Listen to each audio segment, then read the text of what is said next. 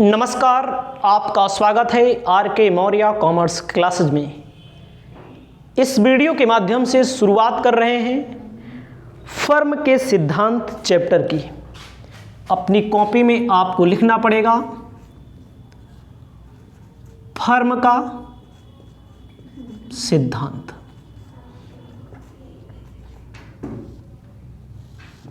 Principles of firm.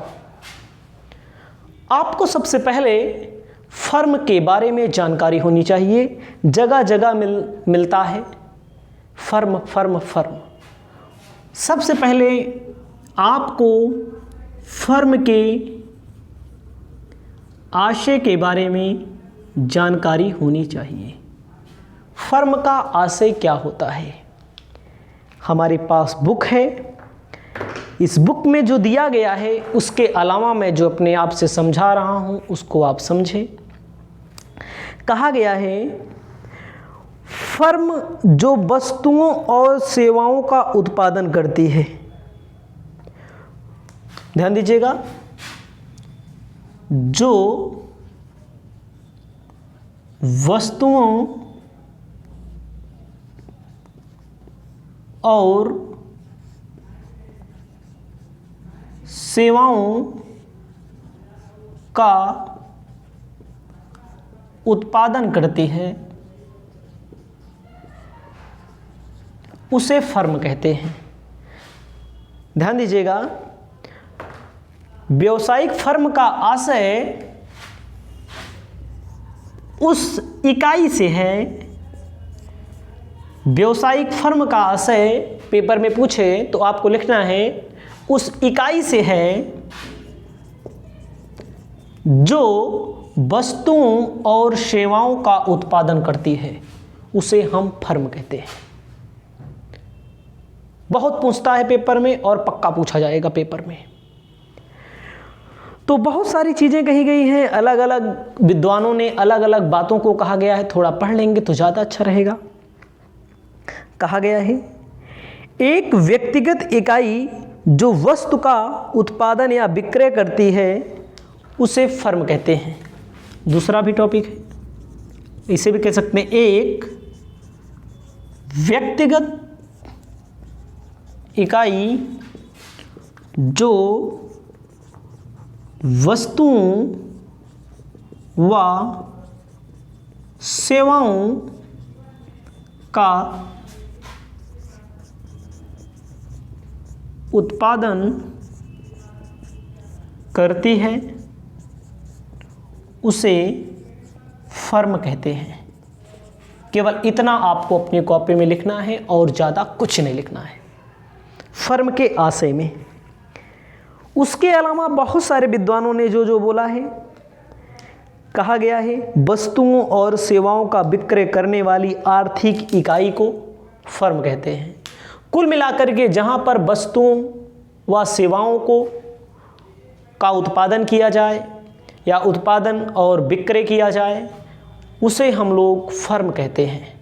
याद रखना, जो हम लोग प्रबंधकीय अर्थशास्त्र पढ़ते हैं इसे फर्म का अर्थशास्त्र भी कहा जाता है। शुरू में बताया था प्रबंधकीय अर्थशास्त्र को फर्म का अर्थशास्त्र कहा जाता है, भी कहा जाता है, क्योंकि इसमें व्यावसायिक क्रियाओं से संबंधित व्यावसायिक क्रियाओं से संबंधित जो लेन देन होते हैं, जो क्रियाएं होती हैं, जो उत्पादन होता है, जो बिक्री होती है, उसका अध्ययन किया जाता है। इसे आप अपनी कॉपी में लिखने का काम करेंगे। और बहुत सारी चीज़ें दी गई हैं जिसमें हम आपको आगे बताने जा रहे हैं फर्म की विशेषताएं क्या होती हैं। इसको लिखना जरूरी है। आगे आपको फर्म की विशेषता हेडिंग अपनी कॉपी में लिखनी पड़ेगी। फर्म की विशेषता क्या होती है? फर्म की विशेषता क्या है, इसको आपको ध्यान में रखना है। ठीक है, फर्म की विशेषताएं क्या होती हैं? ठीक है, विशेषताएं क्या होती हैं इसमें आपको ध्यान देना है। फर्म की विशेषताओं में सबसे पहला लिखना है आपको स्वरूप। स्वरूप का मतलब क्या होता है? फर्म की जो विशेषताएं होती हैं इसमें स्वरूप एक साझेदारी के रूप में हो सकता है। एक साझेदारी का मतलब जिसमें दो या दो से अधिक लोग काम करते हैं। व्यावसायिक संगठन के रूप में हो सकता है। संगठन के रूप में हो सकता है। कंपनी के रूप में हो सकता है।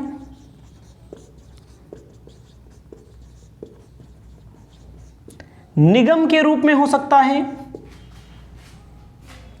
जो फर्म की विशेषताएं हैं, फर्म एक साझेदारी संस्था को भी फर्म कहते हैं। व्यावसायिक संगठन कोई है जिसमें काम किया जाता है। कोई अकेला व्यापार है उसको भी हम फर्म कहते हैं। ठीक है, तो इसको भी लिख लीजिएगा। कुल मिला के साझेदारी, व्यावसायिक संगठन, कंपनी, एकल व्यापार को भी फर्म के नाम से जाना जाता है। ठीक है, चाहे अकेले व्यापार करें, चाहे साझेदारी हो, चाहे व्यावसायिक संगठन हो, चाहे कंपनी हो, इसे फर्म कहते हैं। लेकिन परंतु उसे व्यावसायिक इकाई या फर्म ही कहा जाएगा, कोई दिक्कत नहीं है। दूसरा है आकार। आकार का मतलब क्या होता है? आकार का मतलब आकार छोटा भी हो सकता है, आकार बड़ा हो सकता है। जो फर्म का आकार होता है भाई उसके उत्पादन के आधार पर तय कर सकते हैं छोटा है कि बड़ा है। जैसे हम टाटा का एग्जांपल लेते हैं। टाटा इस्पात क्या है? ये बड़ा आकार है क्योंकि यहाँ पर बड़े पैमाने पर उत्पादन होता है ना।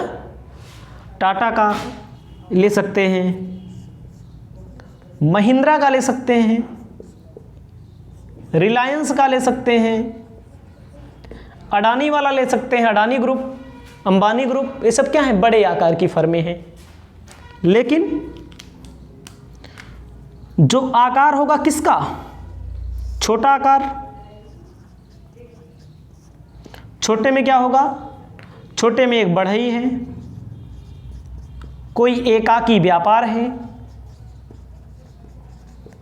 बढ़ई यहाँ, बढ़ई के यहाँ कम लोग काम करते हैं, छोटे आकार में प्रोडक्शन होता है, उसे हम बढ़ई फर्नीचर करता है, उसे छोटे आकार का कह सकते हैं। मैन्युफैक्चरिंग के आधार पे, उत्पादन के आधार पे और आर्थिक स्थिति के आधार पे इसको दो भागों में बांटा गया है। बड़ा है तो बड़े ग्रुप जो आते हैं, छोटे ग्रुप जो हम लोग आते हैं। ठीक है, अगला है तीसरा, कहा गया है क्रय। विशेषता में क्रय भी होता है। विशेषता में क्रय का मतलब होता है एक फर्म चाहे वस्तुओं का उत्पादन कर रही हो या विक्रय कर रही हो, केवल वस्तुओं को विक्रय कर रही हो, चाहे सेवाओं का उत्पादन कर रही हो, विक्रय कर रही हो, वो क्या कहलाएगी? फर्म कहलाएगी। कभी कभी ये होता है ना, कोई फर्म होती है, कोई दुकान होती है, सिर्फ क्या करती है? किराना दुकान वाले क्या करते हैं? सिर्फ विक्रय करते हैं ना। किराने की दुकान छोड़िए आप, आइए बड़े स्तर में। कुछ फर्में ऐसी होती हैं केवल बेचने का काम करती हैं। कुछ फर्में ऐसी होती हैं जो क्या करती हैं? उत्पादन करती हैं और उसके बाद विक्रय करती हैं। तो इसमें यही कहा गया है, फर्म वस्तु का विक्रय करती है, बनाती भी है, इसीलिए इसे कहा जाएगा क्रय। क्रय विक्रय का मामला इसमें है, क्रय करके बेचना। ठीक है, अगला है चौथा, प्रावैगिक। प्रावैगिक डायनेमिक प्रबंधकीय अर्थशास्त्र में कहा गया है, प्रावैगिक किसे कहते हैं? उपभोक्ताओं की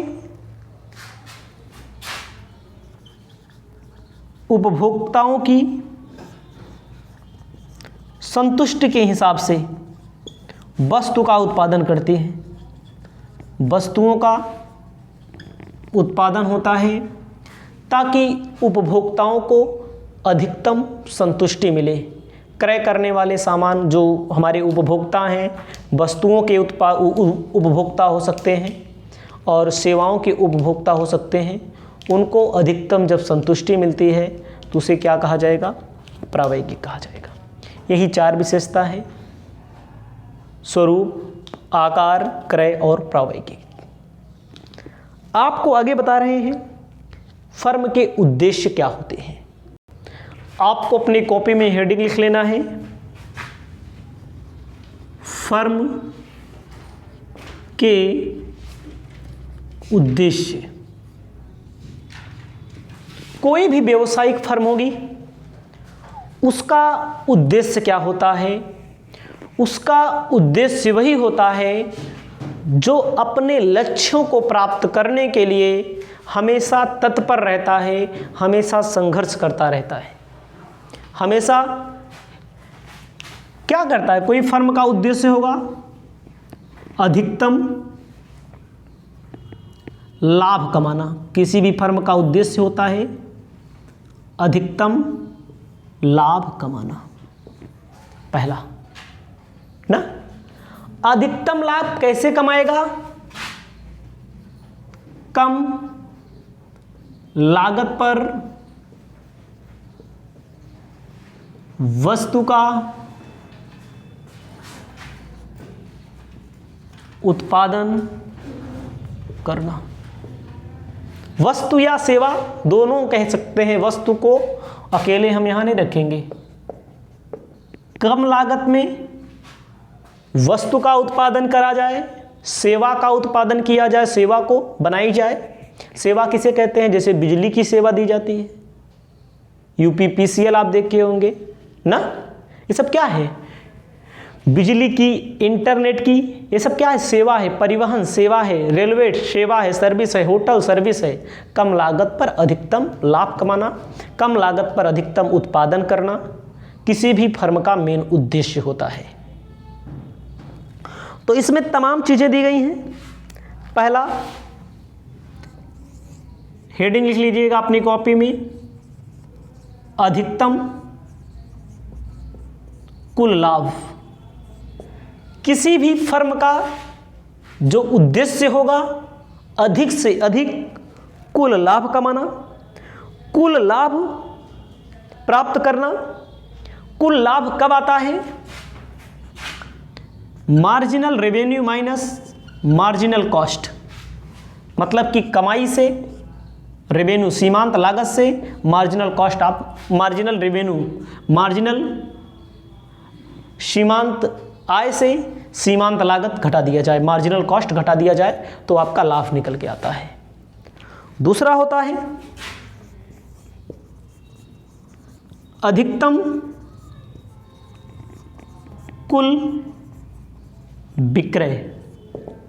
अधिकतम कुल विक्रय का मतलब क्या होता है? जब कोई भी व्यावसायिक फर्म होगा, कोई भी व्यावसायिक फर्म, हम हैं, हम सेवा देते हैं, अन्य कंपनियां हैं सेवा देती हैं इंटरनेट की, वस्तुओं का प्रोडक्शन जो करते हैं, क्या करते हैं?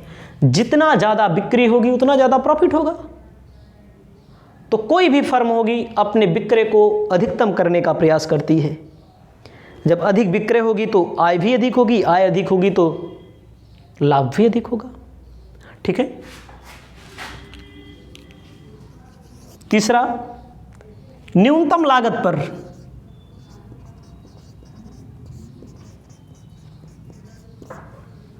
कोई भी फर्म अगर न्यूनतम लागत पर अपनी वस्तुओं व सेवाओं को देती है, न्यूनतम लागत पर, मिनिमम कॉस्ट पे न्यूनतम लागत पर तैयार करेगी तो तभी अधिकतम प्रॉफिट अर्न कर पाएगी, कमा पाएगी।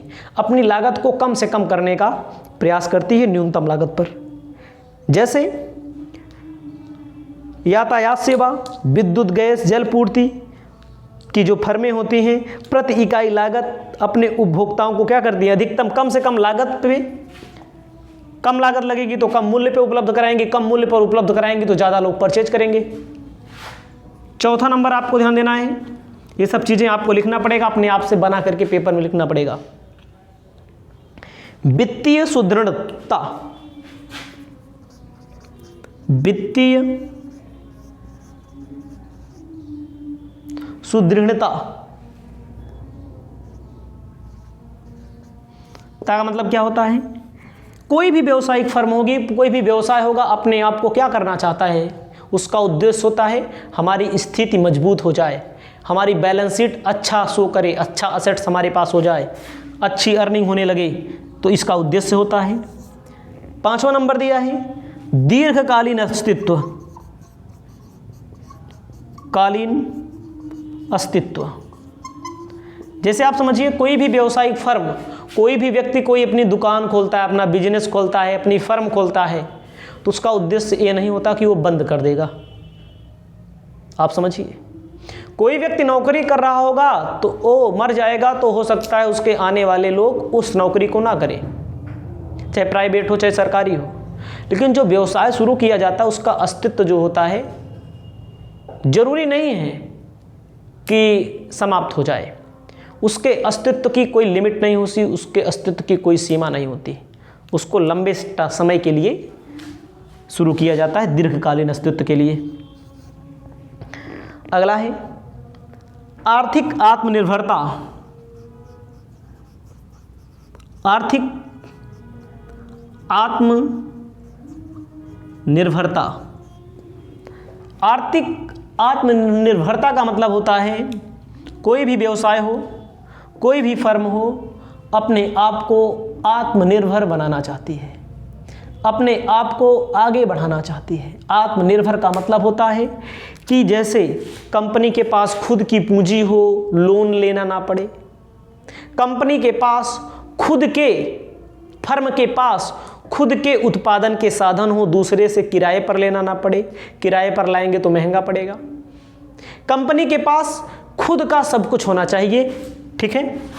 ये प्रयास किया जाता है। बिजनेस जब होता है, जब कोई व्यक्ति शुरू करता है बिजनेस ना, तो आप बिजनेस में देखिए, व्यवसायिक फर्म में देखिए, धीरे धीरे वो अपना सब कुछ बनाता जाता है।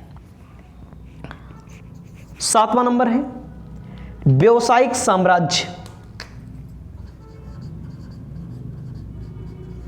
व्यवसायिक साम्राज्य खड़ा करना चाहता है, गुडविल बनाना चाहता है, उसका उद्देश्य होता है गुडविल हमारी बनेगी, हमारा व्यवसाय आगे जाएगा। तो आप समझ सकते हैं, इतना मैंने आपको बताया। क्या मैंने बताया? कोई भी बिजनेस होगा, कोई भी फर्म होगी, अधिकतम लाभ कमाना चाहेगी, अधिकतम बिक्री करना चाहेगी, न्यूनतम लागत पर वस्तु का उत्पादन करेगी, वित्तीय सुदृढ़ होगी, दीर्घकालीन अस्तित्व होगा, आर्थिक आत्मनिर्भरता होगी, व्यवसायिक साम्राज्य उसका जो होगा बड़ा होगा। इस वीडियो के माध्यम से यह टॉपिक समाप्त होता है। आने वाली वीडियो में आने वाला टॉपिक आप पढ़ेंगे, उसमें टॉपिक का नाम रहेगा